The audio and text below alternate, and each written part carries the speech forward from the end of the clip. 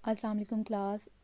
आज के लेक्चर में हम लोगों ने डिस्कस करना है ब्लड के सेलुलर पार्ट्स के, को ब्लड के अंदर जो सेल्स हैं, कितनी तरह के सेल्स हैं, उनको डिस्कस करना है। Basically one type of cell blood के अंदर हम लोगों ने लास्ट लेक्चर में डिस्कस किया था कि ब्लड के दो पार्ट्स हैं, ठीक है। एक सेलुलर पार्ट है और एक नॉन सेलुलर पार्ट है। सेलुलर पार्ट्स का क्या मतलब है कि ब्लड के अंदर सेल्स एग्जिस्ट करते हैं। सेल्स कौन कौन से ब्लड के अंदर सेल्स एग्जिस्ट करते हैं? बेसिकली आपके ब्लड के अंदर 3 टाइप्स ऑफ सेल्स एग्जिस्ट करते हैं, RBCs, WBCs and the platelets. आज हम लोगों ने one type of cell discuss करने हैं डिटेल में, RBCs। कि RBCs होते क्या हैं, कैसे इनकी प्रोडक्शन होती है, कौन कौन से फैक्टर्स हैं जो प्रोडक्शन को प्रमोट करते हैं, इफ़ेक्ट करते हैं। फिर इनका काउंट आपकी बॉडी के अंदर RBCs की कितनी नंबरिंग है और किस तरह है RBCs का, ये सारा पढ़ना है। स्टार्ट करते हैं। RBC stand for red blood cells, ठीक है। अब रेड ब्लड सेल्स हैं, basically red blood cells, in red blood cells क्यों कहते हैं? इन्हें रेड ब्लड सेल्स इसलिए कहते हैं क्योंकि इनके अंदर एक प्रोटीन होती है हीमोग्लोबिन, ठीक है, वो प्रेजेंट होती है। हीमोग्लोबिन की प्रेजेंस की वजह से, ठीक है, इनका कलर जो होता है रेड होता है, ठीक है। हीमोग्लोबिन बेसिकली क्या काम करती है? हीमोग्लोबिन का बेसिकली काम होता है कि ये ऑक्सीजन को कैरी करती है, ऑक्सीजन को कैच करती है, और ठीक है, इस वजह से आपके जो रेड ब्लड सेल्स हैं इनका कलर क्या होता है? रेड होता है। RBCs आर रेड पिगमेंट, ये रेड कलर के पिगमेंट हैं। Having oxygen carrying protein haemoglobin, जिनके अंदर ऑक्सीजन कैरिंग प्रोटीन है, ऑक्सीजन को कैच करने वाली, ऑक्सीजन को पकड़ने वाली प्रोटीन प्रेजेंट होती है, जिसे हीमोग्लोबिन कहते हैं। फिर है ये नॉन न्यूक्लिएटेड सेल्स हैं। नॉन न्यूक्लिएटेड का मतलब है कि इनके अंदर न्यूक्लियस प्रेजेंट नहीं होता। अगर आपको याद हो, जब हम लोगों ने सेल्स की एनाटॉमी डिस्कस की थी, सेल्स की एनाटॉमी में हम लोगों ने ये चीज़ डिस्कस की थी कि सेल्स के अंदर बेसिकली क्या होता है? सेल मेम्ब्रेन होती है, न्यूक्लियस होता है, डिफरेंट ऑर्गेनेलीज होते हैं, साइटोप्लाज्म होता है, ठीक है। डिफरेंट ऑर्गेनेलीज के अंदर जो मेन ऑर्गेनेली है न्यूक्लियस है। लेकिन अब RBCs भी बेसिकली जो ब्लड है उसके सेल्स ही हैं ना। अब यहाँ पे जो RBCs के अंदर बता रहे हैं कि जो न्यूक्लियस होता है नहीं प्रेजेंट होता, न्यूक्लियस की एब्सेंस होती है। नॉन न्यूक्लिएटेड मीन्स के एब्सेंस ऑफ न्यूक्लियस। फिर नेक्स्ट आ जाता है RBCs का काउंट। RBCs का काउंट क्या मतलब कि RBCs की नंबरिंग कितनी है? मेल और फीमेल जेंडर्स के अकॉर्डिंगली और एज के अकॉर्डिंगली RBCs का काउंट वेरी करता है। मेल्स के अंदर बता रहे हैं कि RBCs का काउंट क्या है? 5.4 मिलियन पर क्यूबिक मिलीमीटर, ठीक है। फीमेल्स के अंदर होता है इस RBCs काउंट 4.7 मिलियन पर क्यूबिक मिलीमीटर। अब मेल्स के अंदर RBCs का काउंट बेसिकली ज़्यादा क्यों होता है? क्योंकि मेल के अंदर क्या होता है, जो इसका मस्कुलेचर होता है मेल्स का, इनका मस्कुलेचर लार्ज होता है, जिसकी वजह से RBCs का जो काउंट है उस मेल के अंदर क्या होता है? ज़्यादा होता है। फिर इन्फेंट की बात करते हैं। इन्फेंट बेसिकली, इन्फेंट पहले टर्म बता देती हूँ। इन्फेंट हम ऐसे चाइल्ड को कहते हैं कि 0 मंथ से लेके 1 ईयर तक, ठीक है, 1 अप टू 1 ईयर की रेंज में जितने भी बेबीज़ हैं, बेबी कह लो इसको, ठीक है, अप टू 1 ईयर की एज, जिसका ये 0 मंथ से लेके अप टू 1 ईयर मतलब एज ड्यूरेशन होगा उस पर्सन को, ठीक है, हम बोल लेंगे इन्फेंट है। इनके अंदर RBCs काउंट क्या होता है? 6 मिलियन पर क्यूबिक मिलीमीटर। फिर नेक्स्ट आ जाता है RBCs की कंपोजिशन, कि आपके जो रेड ब्लड सेल्स हैं, ठीक है, उनके अंदर बेसिकली होता क्या है, किन चीज़ों से मिलके बने? ऑब्वियसली सेल्स हैं इनके अंदर, ये तो आपको पता होगा कि सेल मेम्ब्रेन है, साइटोप्लाज्म है, ये चीज़ें एग्जिस्ट करेंगे। इसके अलावा वो कहते हैं इनके अंदर माइटोकॉन्ड्रिया की एब्सेंस होती है। बेसिकली ऑर्गेनेलीज है ना ये सेल के, इनके अंदर राइबोसोम्स भी प्रेजेंट नहीं होता और न्यूक्लियस भी नहीं होता। तो अब इनके अंदर राइबोसोम्स भी प्रेजेंट नहीं है, न्यूक्लियस भी नहीं है, माइटोकॉन्ड्रिया भी नहीं है। माइटोकॉन्ड्रिया अगर आपको याद हो, हमने डिस्कस किया था कि mitochondria is the power house of the cell. के माइटोकॉन्ड्रिया क्या है? बेसिकली सेल का पावर हाउस है, कि सेल अपनी सारी एनर्जी कहाँ से ऑब्टेन करता है? माइटोकॉन्ड्रिया से। अब RBCs के अंदर माइटोकॉन्ड्रिया भी नहीं है, राइबोसोम्स भी नहीं है, तो प्रोटीन की सिंथेसिस भी नहीं हो रही। न्यूक्लियस बेसिकली जो पूरे सेल को कंट्रोल करता है वो भी नहीं है। तो अब इसकी पूरी फंक्शनिंग को कौन कंट्रोल करेगा? इसके लिए ये लास्ट पे है for energy RBC depends upon plasma glucose, कि एनर्जी के लिए अपने सारे जो काम फंक्शनिंग जो होनी है आरबीसीज के अंदर, उसके लिए आरबीसीज डिपेंड कर रहे हैं किस चीज़ के ऊपर, ग्लूकोज के ऊपर, जो इनके प्लाज्मा के अंदर मींस के जो आरबीसीज के साइटोप्लाज्म के अंदर जो ग्लूकोज प्रेजेंट है उसके ऊपर डिपेंड कर रहे हैं। इनके अंदर हीमोग्लोबिन भी होता है। एच बी क्या चीज़ है, basically h b stand for haemoglobin. ये तो उसकी सेल्स के अकॉर्डिंग बता दिया ना कि सेलुलर कंपोनेंट में ये चीज़ें नहीं, अब प्लाज्मा के अकॉर्डिंगली बता रहे हैं, ठीक है। जो कंपोजिशन ऑफ ब्लड है, ब्लड के अंदर बता रहे हैं कि 65% वाटर है, ठीक है। सॉलिड्स एंड सेमी सॉलिड 35% चीज़ें प्रेजेंट है। सॉरी, ये कंपोजिशन ऑफ ब्लड नहीं है, बेसिकली ये कंपोजिशन ऑफ आरबीसीज है, ये मिस्टेक है, आप ये ठीक कर लीजिएगा। ये कंपोजिशन ऑफ ब्लड नहीं है, बल्कि ये कंपोजिशन ऑफ, हम क्या चीज़ डिस्कस कर रहे हैं, आरबीसीज को डिस्कस कर रहे हैं ना, तो बेसिकली ये है कंपोजिशन ऑफ आरबीसीज, कि आरबीसीज के जो सेल्स हैं उनके अंदर बेसिकली क्या क्या प्रेजेंट है। 65% वाटर है, जिसे हम प्लाज्मा भी कह सकते हैं, ठीक, सॉरी प्लाज्मा नहीं, साइटोप्लाज्म भी कह सकते हैं, ये सेल ही है ना। और सॉलिड्स एंड सेमी सॉलिड 35% है। किसी भी चीज़ का 100% होता है ना, तो आरबीसीज की कंपोजिशन के 100% को दो पोर्शन में डिवाइड किया गया, 65% वाटर है और 35% solids and semi solids components present है।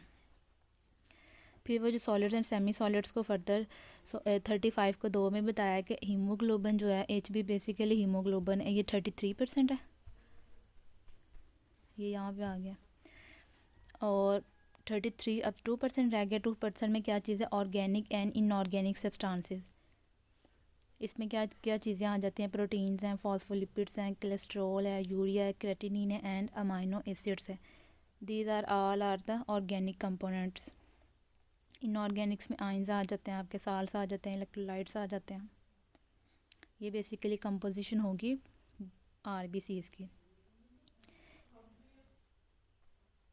नेक्स्ट डिस्कस करते हैं इसकी शेप, कि आरबीसीज की शेप क्या होती है। आरबीसीज की बेसिकली शेप है ये बाइकनकेव डिस्क, ठीक है। ये बाइकनकेव शेप होते हैं। बाइकनकेव शेप क्या मतलब है, कि अगर आप इनको देखें ये फ्लैटेंड होते हैं, डिप्रेस्ड इन द सेंटर। ये देखें, ये फ्लैट है, ठीक है, ये देखें, सेंटर से डिप्रेशन है, मीन्स के गहराई है।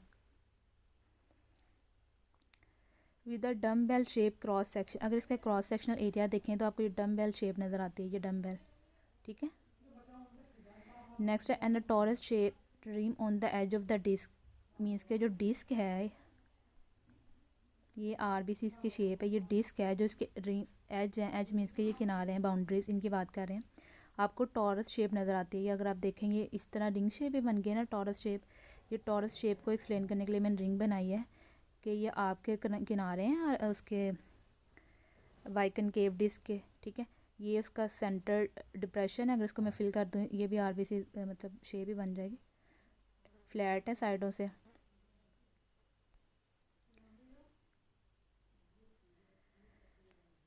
फिर वो कहते हैं इस यूनिक करेक्टरिस्टिक की वजह से जो इसकी बाइकनकेव शेप है, ठीक है, आरबीसीज जो रेड ब्लड सेल्स हैं, आप ब्लड के अंदर इजीली फ़्लो कर सकते हैं, ठीक है, इजीली फ्लो कर सकते हैं। और फ्लो को बताया कि लेमिनार फ्लो होता है इनका। लेमिनार फ्लो वर्ड क्या मीनिंग है, कि लेमिनार फ्लो का मतलब है कि एक ही डायरेक्शन में फ़्लो।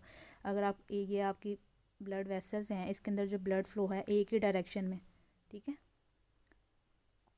कि without any hurdle, without any, ठीक है, हर्डल, के वो इजीली एक ही डायरेक्शन में फ़्लो हो, उस फ़्लो को कहते हैं लेमिनार फ़्लो।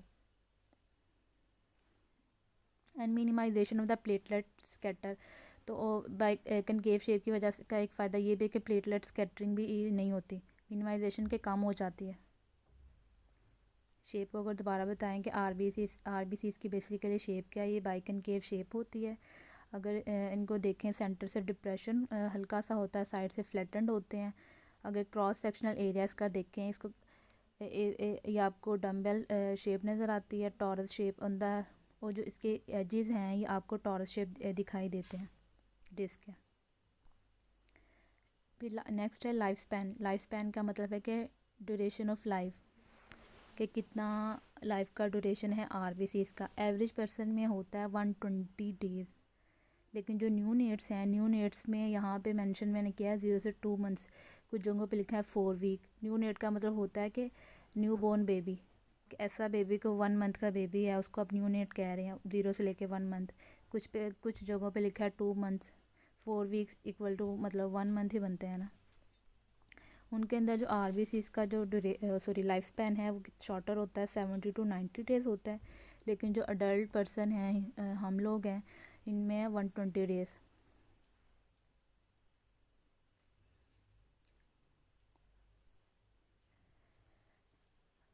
अब नेक्स्ट है एरिथ्रोपोइसिस। एरिथ्रोपोइसिस का क्या मतलब है? एरिथ्रोपोइसिस का मतलब है कि ऐसा प्रोसेस जिसके अंदर फॉर्मेशन होती है आरबीसीज की। इसको आप सिंपली ये कह सकते हैं कि कोई भी ऐसा प्रोसेस जिसके अंदर रेड ब्लड सेल्स बनते हैं उसको एरिथ्रोपोइसिस कहते हैं। डिटेल में अगर बात करें, in response to the decrease blood oxygen के डिक्रीज लेवल के रिस्पॉन्स में किडनी रिलीज द एरिथ्रोपोइटिन। जो आपकी किडनी है वो रिलीज़ करते हैं एरिथ्रोपोइटिन को। एरिथ्रोपोइटिन बेसिकली क्या है? ये एक हार्मोन है। हार्मोन आपको पता है कोई भी सिक्रीशंस हैं जो आपकी बॉडी के डिफरेंट पार्ट्स पे एक्ट करके किसी भी चीज़ को स्टिमुलेट करती हैं, विच स्टिमुलेट द आरबीसीज प्रोडक्शन। फिर एरिथ्रोपोइटिन बेसिकली क्या करता है? आरबीसीज के प्रोडक्शन को स्टिमुलेट करता है इन रेड बोन मैरो, जो आपकी हड्डियों का रेड बोन मैरो है उसके अंदर। अगर इसको कंबाइन करें, एरिथ्रोपोइसिस एक ऐसा प्रोसेस है, इसमें बेसिकली आरबीसीज भी बन रहे हैं ना, लेकिन आरबीसीज कैसे बन रहे हैं कि आपके ब्लड के अंदर ऑक्सीजन का लेवल लो हुआ है, उस ऑक्सीजन के लो लेवल को किडनी ने डिटेक्ट किया है, मीन्स कि किडनी ने सेंस किया है और किडनी ने क्या रिलीज़ कराना शुरू कर दिया? एरिथ्रोपोइटिन। तो एरिथ्रोपोइटिन क्या करेगा? अब रिलीज़ होगा, ब्लड वेसल में जाएगा, बोन मैरो के अंदर जाएगा, उसको ट्रिगर करेगा कि आरबीसीज की प्रोडक्शन कराओ। ये प्रोसेस है एरिथ्रोपोइसिस। एरिथ्रोपोइसिस को सिंपली ये भी कह सकते हैं process of the formation of the RBCs, RBCs बनने का प्रोसेस। ये डायग्राम में देख लेते हैं, जो डेफिनेशन है इसको क्लियरली एक्सप्लेन किया है। स्टेप 1 ये है कि लो लेवल ऑफ ऑक्सीजन है, ठीक है। RBCs have low total oxygen content, के आरबीसीज का टोटल ऑक्सीजन कंटेंट क्या है? लोअर है ब्लड के अंदर। डिटेक्टेड का मतलब है सेंस किया किसी भी चीज़ ने। बेसिकली आपका दिमाग ही सेंस करता है, तो वो आगे से स्टिमुलेट करता है आपकी किडनीज़ को। दूसरी बात, पहली बात के लो लेवल ऑफ ऑक्सीजन हुआ, डिटेक्ट किसने किया? किडनी ने किया। किडनी ने क्या काम करना है जी? किडनी ने क्या करना है कि ब्लड वेसल्स के अंदर रिलीज़ कराना शुरू कर देना है एरिथ्रोपोइटिन, ठीक है। पहले उसको low level of oxygen detect किसने किया? आपके किडनी ने। थर्ड पे क्या होगा? रिलीज़ ऑफ एरिथ्रोपोइटिन, ठीक है। एरिथ्रोपोइटिन रिलीज़ हुआ कैसे? ये ब्लड वेसल्स के अंदर। करेक्शन सिग्नल विया इंक्रीज एरिथ्रोपोइटिन, ठीक है। करेक्शन सिग्नल का मतलब है कि करेक्शन, वो एरिथ्रोपोइटिन क्या हो रहा है, उसकी प्रोडक्शन इंक्रीज़, वो मतलब क्वांटिटी इंक्रीज़ हो रही है किस चीज़ को? जो आपका सिग्नल आया है कि डिक्रीज लेवल है ब्लड के अंदर ऑक्सीजन का, उस चीज़ को करेक्ट करने के लिए। फिर ये देखें bone marrow, red bone marrow के अंदर फोर्थ पे ये उसको स्टिमुलेट करेगा तो इससे क्या होगा कि आपके आरबीसीज की प्रोडक्शन होना शुरू हो जाएगी। ये फैक्टर्स हैं। फैक्टर्स का मतलब है कि किन किन चीज़ों के ऊपर जाके आपके हार्मोन्स हैं एक्ट करेंगे, ये चीज़ होती है फैक्टर, ठीक है। हीमोसाइटोब्लास्ट बेसिकली एरिथ्रोपोइसिस में आरबीसीज कैसे बनते हैं? आरबीसीज ऐसे आप कह सकते हैं कि एक मैच्योर सेल होता है, उस सेल्स की आगे से डिफरेंशिएशन के थ्रू ना ये आपके बनते हैं एरिथ्रोसाइट्स। हीमोसाइटोब्लास्ट बेसिकली एक मैच्योर सेल है, इस सेल से आगे फर्दर सेल्स बनते हैं RBCs. Increase erythropoiesis results in increase number of the RBCs. Erythropoiesis का प्रोसेस इंक्रीज़ हो रहा है, उसकी वजह से क्या हो रहा है कि आपके आरबीसीज की नंबरिंग ज़्यादा हो रही है। आरबीसीज की नंबरिंग ज़्यादा हो रही है, इट मीन्स कि आपके ब्लड के अंदर ऑक्सीजन का लेवल क्या होगा? ज़्यादा होगा। क्योंकि आरबीसीज ज़्यादा होंगे ऑब्वियसली वो ज़्यादा ऑक्सीजन कैच करेंगे, ज़्यादा ऑक्सीजन कैच करेंगे तो जो उस चीज़ को कंपनसेट कर देंगे कि जो लो लेवल ऑफ ऑक्सीजन है। फिर यहाँ पे एक लिखा है एक्चुअल वैल्यू और set point value. Actual value का मतलब है कि सेट है, नॉर्मल वैल्यू है, ठीक है। अब इस आपकी बॉडी के अंदर अल्लाह ताला ने एक ऐसा मैकेनिज़्म बनाया है कि हर चीज़ का बैलेंस है बॉडी के अंदर। जैसे नॉर्मल पीएच है ब्लड कितनी है, 7.4 है, इससे अप या डाउन हो तो आपके मतलब कोई ना कोई प्रोसेस बॉडी इसको कंपनसेट करने के लिए कोई ना कोई काम करती है। इसी तरह किडनी के अंदर एक्चुअल वैल्यू होती है, अगर उसको वो चीज़ डिस्टर्ब हो जाए तो उसको कंपनसेट करने के लिए एरिथ्रोपोएटिन रिलीज़ हो रहा है और ये सारा प्रोसेस चल रहा है। इसको मैं दोबारा बता देती हूँ। एरिथ्रोपोइसिस क्या है कि आरबीसीज़ की प्रोडक्शन है। आरबीसीज़ की प्रोडक्शन बेसिकली होती कैसे है। आरबीसीज़ की प्रोडक्शन के आपके ब्लड के अंदर ऑब्वियसली उस चीज़ का लेवल डाउन होगा तो फिर ही होगी ना कि ऑक्सीजन का लेवल डाउन हुआ है, इसका मतलब है आरबीसीज़ बॉडी के अंदर कम है। उस चीज़ को डिटेक्ट किया आपकी किडनी ने क्या बनाना शुरू कर दिया, एरिथ्रोपोएटिन। एरिथ्रोपोएटिन ने बेसिकली क्या करना है, रेड बोन मैरो के ऊपर एक्ट करना है। रेड बोन मैरो के अंदर होते हैं सेल हीमोसाइटोप्लास्ट, वो सेल्स डिफ्रेंशिएट होके आरबीसीज़ बना देते हैं, ठीक है। जब आरबीसीज़ की प्रोडक्शन होगी तो उससे क्या होगा, आपके ब्लड के अंदर ऑक्सीजन का लेवल क्या हो जाएगा, ज़्यादा हो जाएगा। मीन्स के वो जो डिक्रीज़ लेवल सेंस हुआ है उस चीज़ की कंपनसेशन होगी है, तो ये प्रोसेस है एरिथ्रोपोइसिस। अब ये डेफिनेशन दोबारा बैक जाते हैं। In response to the decrease blood oxygen के ब्लड के अंदर ऑक्सीजन के डिक्रीज लेवल के रिस्पॉन्स में kidney release the erythropoietin, kidney release करती हैं erythropoietin which stimulate the RBCs production in the red bone marrow. ये आपने याद रखना है कि रेड बोन मैरो में प्रोडक्शन होगी।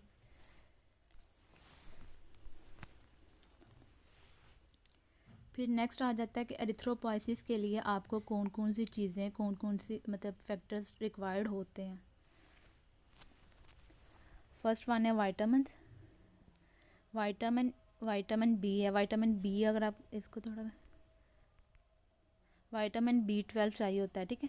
It is essential vitamin for DNA synthesis, ठीक है। वाइटामिन B12 आपको चाहिए होता है।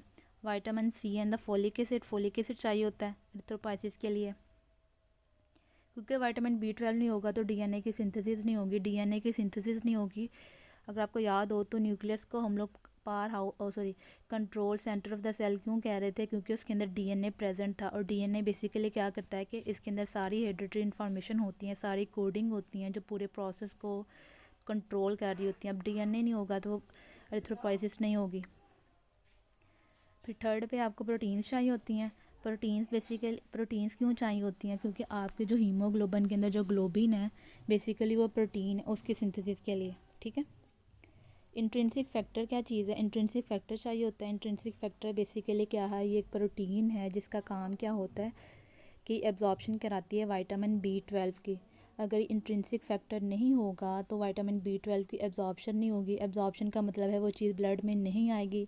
जब ब्लड के अंदर नहीं आएगी तो ऑब्वियसली वाइटामिन B12 की डेफिशिएंसी है, उस वजह से आपको एक अनीमिया हो जाता है, पर्नीशियस अनीमिया। ये हम लोग नेक्स्ट डिस्कस करेंगे अनीमिया की टाइप्स में, इसलिए आपको इंट्रिंसिक फैक्टर भी रिक्वायर्ड होता है। फिर आपको आयरन भी चाहिए होता है। Fe stands for iron.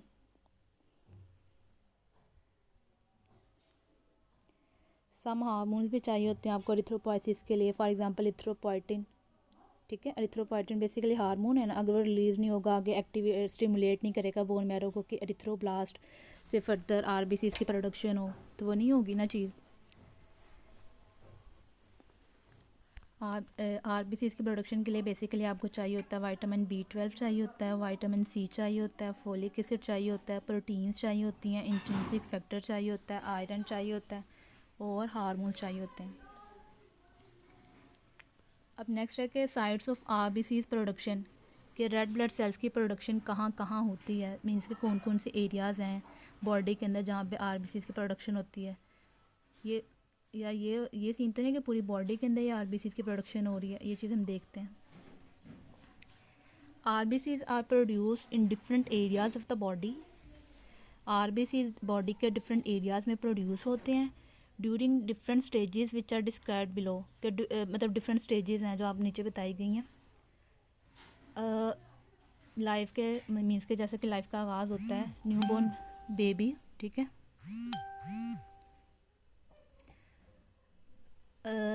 Pregnancy की स्टेज से डिस्कस कर रहे हैं कि फ़र्स्ट ट्राइमेस्टर के फ़र्स्ट 3 मंथ्स ऑफ प्रेगनेंसी, उस केस में आपके आरबीसीज़ हैं उनकी प्रोडक्शन कहाँ होती है।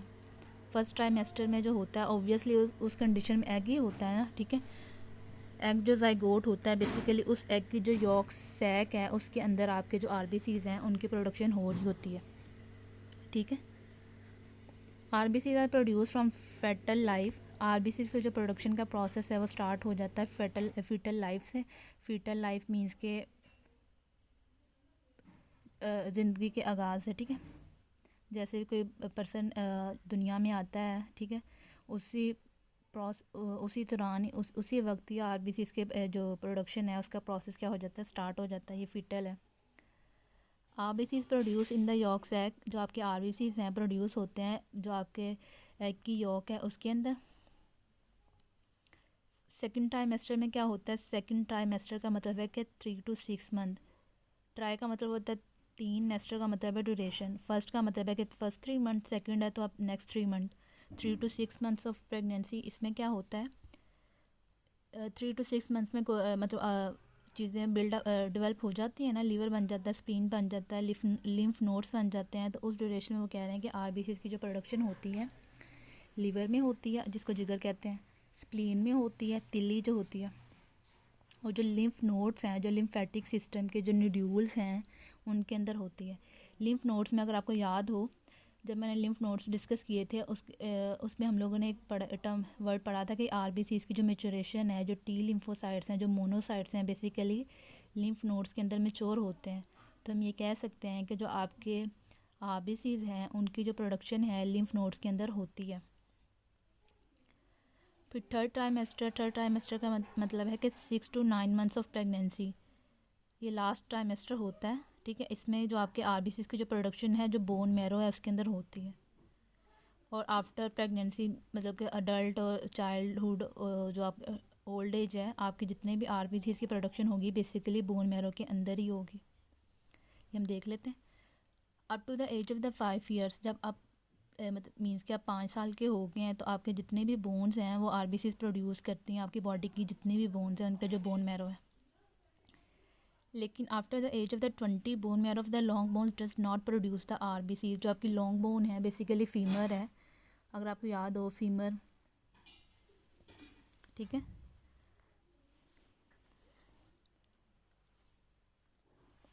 ये बोन जो आपकी ये जो आपकी लॉन्ग बोन है बॉडी के अंदर, ये इनके अंदर आरबीसीज़ की प्रोडक्शन नहीं होती। क्यों नहीं होती? क्योंकि 20 एज के बाद आपकी जो इन बोन्स हैं, बोन्स की जो बोन मैरो है उसके अंदर कहते हैं कि जो लिपिड की डिपोजिशन ज़्यादा हो जाती है, मीन्स के फ़ैट चर्बी ज़्यादा जमना शुरू हो जाती है, जिसकी वजह से जो बोन मैरो इतना इफेक्टिव नहीं रहता इन लॉन्ग बोन्स का, ठीक है।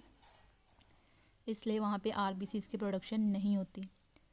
After the as of the 25 years के बाद RBCs are mostly produce in the marrow of the membranous bones. जो आपके बोन मैरो, मेम्ब्रेनस बोन का जो बोन मैरो है उनके अंदर प्रोड्यूस होते हैं, ठीक है। उसमें बताया कि मेम्ब्रेनस बोन्स का बोन मैरो कौन कौन सी बोन्स है जहाँ पे बनते हैं। स्टर्नम के अंदर जो आपकी सीने की हड्डी, ठीक है, चेस्ट बोन जिसको कहते हैं, सीने की हड्डी वाली बोन है, ठीक है। रिब्स के अंदर, पसलियों के अंदर बनते हैं। अब वर्टिब्रा मीन्स के जो वर्टिब्रल कॉलम के जो बोन्स हैं उनके अंदर। और जो इलियम है, इलियम अब आप याद हो हमने पढ़ा था पेल्विक गर्डल के अंदर इलियम इशियम प्यूबिक, जो इलियम बोन है वहाँ पे आरबीसीज़ की प्रोडक्शन होती है। टिल 5 years आरबीसीज़ की प्रोडक्शन सारी बोन्स में होगी। अब 20 years के बाद जो लॉन्ग बोन है, ठीक है, उनके अंदर आरबीसीज़ की प्रोडक्शन नहीं होगी। और 25 years के बाद जितनी भी बोन्स हैं, स्टर्नम है, रिब्स है, वर्टिब्रा और इलियम है, इन बोन्स के अंदर आपकी टिल डेथ इनके अंदर आरबीसीज़ की क्या होगी, प्रोडक्शन होगी। ये अभी नेक्स्ट ये हमने डिस्कस किया साइट्स। अब नेक्स्ट टॉपिक है कि कौन कौन सी चीज़ें हैं, कौन कौन से फैक्टर्स हैं जो आरबीसीज़ के काउंट को इफ़ेक्ट करते हैं, ठीक है। Physiological variations in the RBCs count, कि आरबीसीज़ की नंबरिंग में कैसे तब्दीलियाँ आ सकती हैं फिजियोलॉजिकल वेरिएशंस की वजह से। फर्स्ट वन है डायर्नल चेंजेस। डायर्नल चेंजेस का मतलब है कि दिन और रात का जो आपका साइकिल है, टाइम पीरियड है कुदरत का, दिन आना रात, ये टाइम चेंज, ये किस तरह आरबीसीज़ को इफ़ेक्ट करते हैं। इन RBCs 5% variation occur in 24 hours.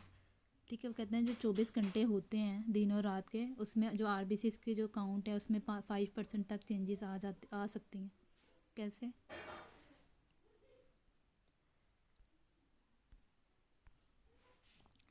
RBCs count is loss during sleep and the early morning. जब कोई पर्सन सो रहा होता है या सुबह अर्ली मॉर्निंग जो RBCs का काउंट है बेसिकली क्या होता है, लो होता है। लेकिन इवनिंग के टाइम, शाम में आप देखें तो RBCs काउंट बेसिकली क्या होता है, हाई होता है। ठीक हो गया। अब टेम्परेचर का क्या इफेक्ट है? RBCs count increase during an increase in the external temperature. कि अगर बाहर का, एक्सटर्नल का मतलब है इन्वायरमेंट का टेम्परेचर, बाहर का टेम्परेचर अगर ज़्यादा है तो उससे क्या होगा, आपका RBCs काउंट होगा, ज़्यादा होगा। ऑब्वियसली हीट है तो आप हीट से आपको गर्मी लग रही है तो अंदर वाले प्रोसेस उसको कंपनसेट करने के लिए, ठीक है, RBCs की प्रोडक्शन ज़्यादा होगी तो RBCs काउंट क्या होगा, ज़्यादा होगा। हाई आल्ट, आप इस तरह भी कह सकते हैं कि जब एक्स्ट्रा टेम्परेचर ज़्यादा होता है तो आप मतलब गर्मी आपको लग रही है, इट मीन्स कि आपको पसीना आ रहा है, पसीना आ रहा है तो आपको स्वेटिंग हो रही है, साथ में आपका सांस भी आप तेज़ तेज़ ले रहे हो। जब आप सांस तेज़ तेज़ ले रहे हो मीन्स कि आपको ऑक्सीजन की ज़्यादा ज़रूरत है। ऑक्सीजन की ज़्यादा ज़रूरत है तो आपकी बॉडी उस चीज़ को सेंस करने के लिए एरिथ्रोपोइसिस का जो प्रोसेस है ज़्यादा हो जाएगा, ऑक्सीजन RBCs की प्रोडक्शन ज़्यादा हो जाएगी। तो हम ये कह सकते हैं कि जैसे इंक्रीज टेम्परेचर वो क्या करता है, स्टिमुलेट करता है RBCs की प्रोडक्शन को। अब ये इसका लॉजिक क्या है कि स्लीप और अर्ली मॉर्निंग कम क्यों होता है, क्योंकि जब आप सो रहे होते हो या आप सुबह मतलब मीन्स कि आपका अब इतना फ्रेश नहीं होते, आपका दिमाग काम नहीं कर रहा, आप इतने एक्टिव नहीं है, ठीक है, आपको इतनी एनर्जी की ज़रूरत नहीं है, तो उस दौरान आपका क्या होगा, RBCs काउंट कम होगा। लेकिन जब आप शाम में RBCs काउंट ज़्यादा क्यों है, इसकी वजह ये है कि मतलब पूरा दिन आपने काम किया है, ठीक है, मीन्स कि कोई भी काम किया आपने, स्टडी की है, घर का कोई काम किया है, उस या कोई एक्सरसाइज की है तो आपकी बॉडी काम कर रही है ना, तो उस चीज़ को कंपनसेट करने के लिए RBCs की प्रोडक्शन ज़्यादा हो रही है। तो इस केस में आप कह सकते हैं कि RBCs का काउंट क्या हुआ है, ज़्यादा हुआ है। फिर है हाई आल्टीट्यूड। आल्टीट्यूड का मतलब है ऊंचाई, ठीक है, हाइट। ज़्यादा ऊंचाई वाले इलाके जैसे कि आप नॉर्दर्न एरियाज़ की बात करें, नारायण का गान मरी, इन एरियाज़ में जो लोग रहते हैं, ठीक है, आपने देखा होगा कि ठीक है उनका कलर ज़्यादा रेडिश होता है। बेसिकली रेडिश क्यों होता है, क्योंकि उनके अंदर RBCs का काउंट ज़्यादा होता है। RBCs का काउंट ज़्यादा क्यों होता है, क्योंकि ज़्यादा ऊंचाई पे रहते हैं, नेचुरली ये चीज़ होती है उनमें। अल्लाह ताला ने उस चीज़ को कंपनसेट करने के लिए कि जैसे आप ऊंचाई पे जाते हो ना तो ऑक्सीजन की कमी का मतलब होती है, तो उस चीज़ को कंपनसेट करने के लिए ब्लड के अंदर RBCs का काउंट ज़्यादा होता है। मतलब ब्लड सेल ज़्यादा होंगे तो उसको ऑक्सीजन की कमी वो कंपनसेट हो जाएगी। यहाँ पे भी ये चीज़ मेंशन है, RBCs count increases at high altitude due to the lack of oxygen. Lack का मतलब है कि डेफिशिएंसी, मीन्स के कमी।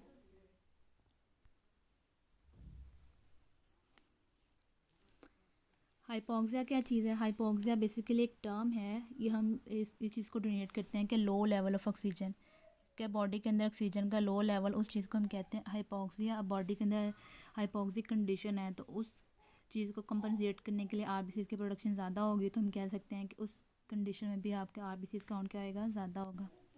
फिर नेक्स्ट है एक्सरे। एक्सरे एक्सपोजर, ये कह सकते हो आप कि कोई ऐसा पर्सन है जिसका बार बार एक्सरे करवा रहे हो। एक्सरे बेसिकली रेज होती हैं जो बॉडी के लिए हेल्थी नहीं होती हैं, ठीक है, अगर बार बार बॉडी उसको एक्सपोज हो रही है एक्सरे से तो इस केस में क्या होगा, जो आपके नॉर्मल सेल्स हैं उनकी भी डिस्ट्रक्शन होना शुरू हो जाएगी। तो हम ये कह सकते हैं कि ऐसा पर्सन जिसका एक्सरे बार बार हो रहा है या उसको एक्सरे का एक्सपोजर ज़्यादा हो रहा है, फॉर एग्जांपल वहाँ पे जो लोग काम कर रहे हैं उनके अंदर RBCs का काउंट कम होगा। क्यों कम होगा? क्योंकि उन एक्सरे के एक्सपोजर की वजह से जो बोन मैरो है उसके सेल्स डिस्ट्रॉय होना शुरू हो जाएंगे, उनकी एक्टिविटी अच्छी नहीं होगी, जिसकी डिप्रेशन का मतलब है कि कम हो गया, एक्टिविटी डाउन हो गई है, ठीक है। तो ऑब्वियसली बोन मैरो सही से काम, उसके सेल्स ही से ठीक नहीं है तो काम प्रॉपर्ली नहीं करेंगे। जब वो काम प्रॉपर्ली नहीं करेंगे तो RBCs की प्रोडक्शन नहीं होगी। तो हम ये कह सकते हैं कि एक्सरे का एक्सपोजर ज़्यादा lead towards decrease RBCs production. ये सारा RBCs का हो गया कि बेसिकली एरिथ्रोपोइसिस क्या है कि RBCs की प्रोडक्शन है। फिर कौन कौन से फैक्टर्स आपको चाहिए होते हैं, vitamin B12, vitamin C, folic acid, iron, hormones. फिर कौन सी साइट्स हैं जहाँ पे RBCs की प्रोडक्शन होती है। बेसिकली हम यही सुनते हैं ना कि लीवर के अंदर और बोन मैरो के अंदर होती है, लेकिन लीवर के अंदर होती है, स्प्लीन के अंदर और लिम्फ नोड्स के अंदर up to age 20। After the as of the 20 या 25 आपके जो बोन मैरो है, ठीक है, हड्डियों का जो बेसिकली बोन मैरो वहाँ पे होती है। और जब आप न्यूनेट्स होते हैं, मीन्स कि अंडर डेवलपमेंट हैं ड्यूरिंग प्रेगनेंसी, ठीक है, वो बताया कि कहाँ कहाँ पे हो रही है और किस तरह हो रही है। फिर देखा है कि कौन कौन से फिजियोलॉजिकल वेरिएशन के कौन कौन सी चीज़ें हैं जो आप आरबीसीज के काउंट को इफ़ेक्ट कर रही हैं। डायर्नल चेंजेस हैं, टेम्परेचर है, और हाई आल्टीट्यूड है, हाइपोक्सिक कंडीशन और एक्सरे है। अब लास्ट है कि आरबीसीज के, अब इतना पढ़ लिया कि आरबीसीज एनाटॉमी पढ़ी है, अब उसकी फिजियोलॉजी, ठीक है, फंक्शनिंग में क्या चीज़ है कि इसकी फिजियोलॉजी, कि आपके आरबीसीज हैं बेसिकली क्या काम करते हैं।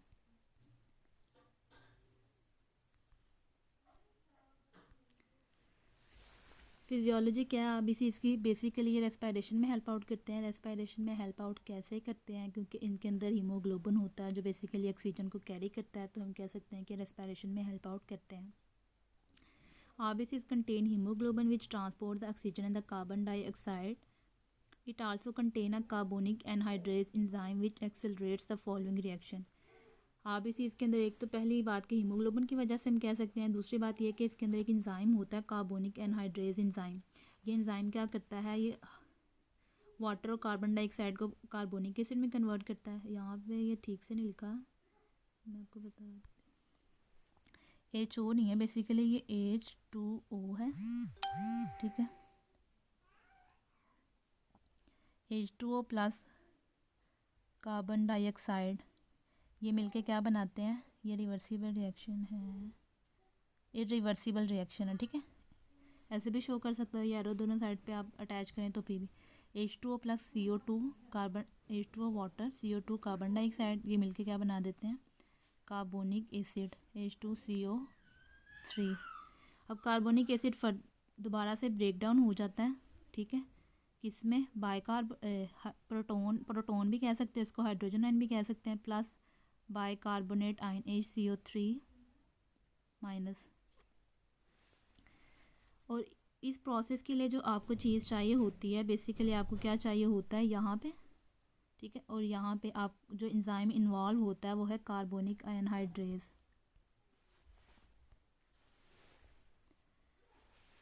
This helps to transport the carbon dioxide from tissues to the lungs in bicarbonate form. CO2 है ये बेसिकली, और यहाँ पे HCO3-1, जो कार्बोनिक एनहाइड्रेज की वजह से जो कार्बन डाइऑक्साइड आप, ठीक है, टिश्यू से लंग्स की तरफ जाता है, और दोबारा लंग्स से जो आपकी ऑक्सीजन है, ठीक है, वो आती है in the form of oxy haemoglobin blood की तरफ। फिर नेक्स्ट इसका काम है कि एसिड बेस बैलेंस को मेंटेन करते हैं। एसिड बेस बैलेंस का मतलब है कि आपके ब्लड के अंदर एसिडिटी और बेसिसिटी के बैलेंस को आपके जो आरबीसीज है मेंटेन करते हैं। कैसे, बाय बफरिंग एक्शन।